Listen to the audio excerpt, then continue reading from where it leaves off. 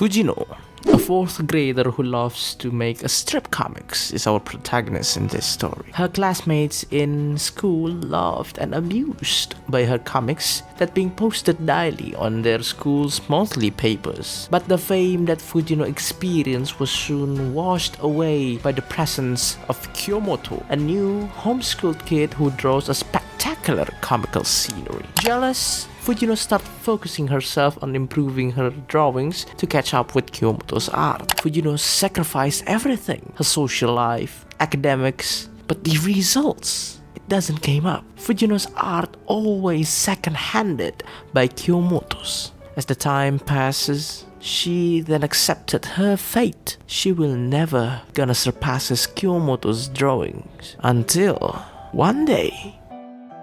After her elementary school graduation ceremony, Fujino asked by her homeroom teacher to deliver Kyomoto's graduation certificate due to Kyomoto's status as a homeschooled student. Forced, Fujino then goes to Kyomoto's house, only to find a twist. After all these years, Kyomoto had always inspired by Fujino all along. Since that incident, they've become best friends and collaborating, making one-shots manga. Combining Fujino's story-making and character design with Kyomoto's scenery art, their first ever joint one-shot won a runner-up at the Manga Award. After that success, they started making lots of reputable-wise famous one-shots manga until the production house started giving them their trust to run a manga series. But then the conflict began. Kyomoto backed down from the offer. She wanted to enter an art school to stop being reliant on Fujino. Driven by her ego, Fujino started lashing Kyomoto. She started mocking Kyomoto for her decision. But in truth, Fujino can't do it without Kyomoto. She needs her more than anything. But alas, Kyomoto has set her decision. The two soon parted themselves to their own separate ways. Without Kyomoto, Fujino manga series are surprisingly flourished. Fujino made a successful career by making over 20 volumes and even an anime adaptation based on her manga. But she felt empty. All she did was drawing and drawing and drawing and drawing and drawing.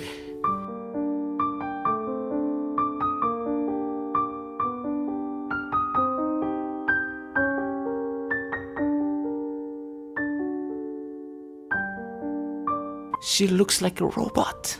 One day, a news intrigued Fujino to her senses. An attack at her dear old friend's art school. She called her many times. There's no answer. Until Fujino's mom called her to confirm it. Kyomoto is dead. Depressed, Fujino blamed herself for the death of her only best friend. If I hadn't brought her outside the room, she wouldn't die like this. It's my fault. The guilt clouded her head, even to the point that she was hallucinating.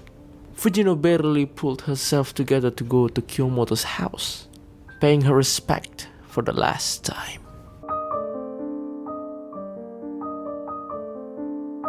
Before we continue, don't forget to subscribe. 70% of you guys who are watching us are not even subscribing, so please lah ya. After reading this one shot, after reading Look Back, I believe this is a personal thing for Tatsuki Fujimoto sensei.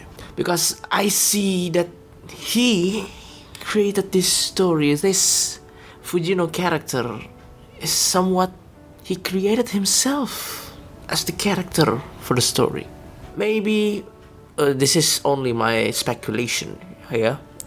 Maybe he once had a best friend and a rival at the same time in terms of manga making, and then they started to know each other, deepen their bonds, collaborating, until one incident changed all that, and it broke Fujimoto sensei's heart down to the last bit. Or maybe Fujimoto sensei just want to show us the cruelty being a mangaka, the pressure is hard. And from this one shot, we can also tell that Kyomoto's tragic death is partially inspired by Kyoto Animation as an attack in 2019. And of course, the incident is a very tragic and inhumane thing. We send our condolences to the victims. This one shot truly makes us see mangaka is also a human like us. And the fact that they are giving their all, they're working hard for making the manga. It's not 100% guaranteed that they can make money. Even if they are in a big publisher like Shonen Jump, it's a really tragical thing